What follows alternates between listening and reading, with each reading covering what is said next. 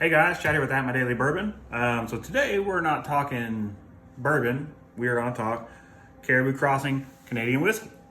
So this is something that I have done a review on before, way back. And once again, I didn't do my research on myself. I don't remember if I did a first tasting review or if I did a full review. I mean, I've had a few pours out of this, but let's just dive right in. So Caribou Crossing, which is a Sazerac product. Let's just see the bottle there. It is a Sazerac product. A lot of people call it Canadian Blends because it's got a topper on it. It comes in the same bottle as Rock Hill Farms and that Flatboat single barrel that I did a while back. But this is a 100% Canadian whiskey. It is not a mash bill 2 product. It is not a Kentucky bourbon that's sent to Canada to age. It is 100% a Canadian whiskey, Sazerac bottle distillery. The barrels that they then took, they chose the best barrels to make an 80 proof Canadian whiskey. So figured, why not talk about it and give a little more thoughts. Very light on the nose, like most Canadian whiskeys are. And this one is 80 proof.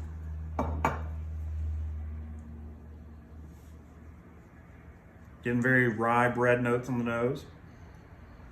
Getting some orange. A little bit of nutmeg. It's got a very oaky, like smoky firewood note to it. Now, once again, this is a single barrel, so what I smell, you may not. What I taste, you may not. Every bottle is different unless we know for sure that it came from the exact same barrel, which they don't do I'm sure there is a barrel code. I mean, there is a laser etch code on the back, so we'll see. But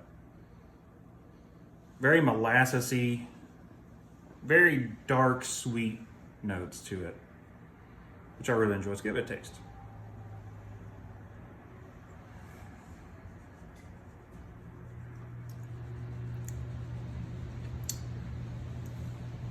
Now, when I talk about this, I always say it's one of the most unique Canadian whiskeys, if not the most unique Canadian whiskey I've ever had. And I'm not a huge fan of Canadian whiskeys because they're always so light. I mean, this is 80 proof. And I mean, if you guys have paid attention to anything that I write or talked about in a video, 80 proof's not my jam. But there is something about this that I do enjoy.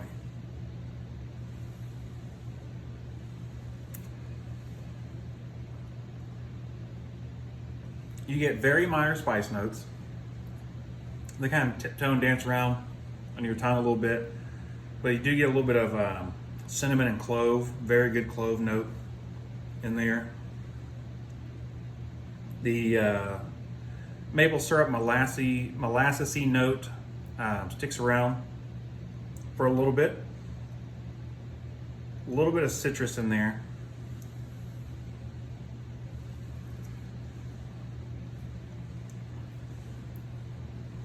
Very lemony, but it's got this underlying note that I don't quite know what it is.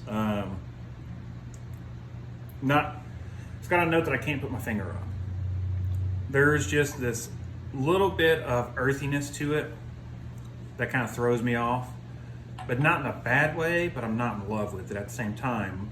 But every time that I have a sip of this, I'm always going back and back, like, what is that earthy note? It's not florally. It's not like grass heavy, like not grain, not getting that corn or rye or anything in there or barley. But there's something in there that is slightly off-putting but yet enjoyable. I can't quite figure out what that is.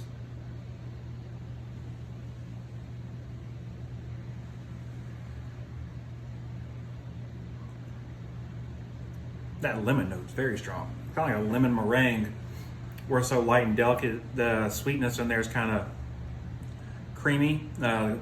Mouthfeel on this is awesome.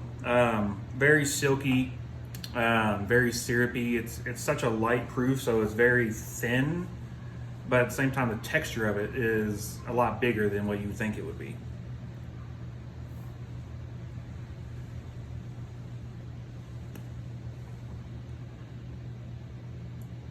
The baking spices on this are good. I really do like it. I would like to have a bottle from another barrel just to compare it to. See how different really single barrel Canadian whiskey can be. So let's read the back of this.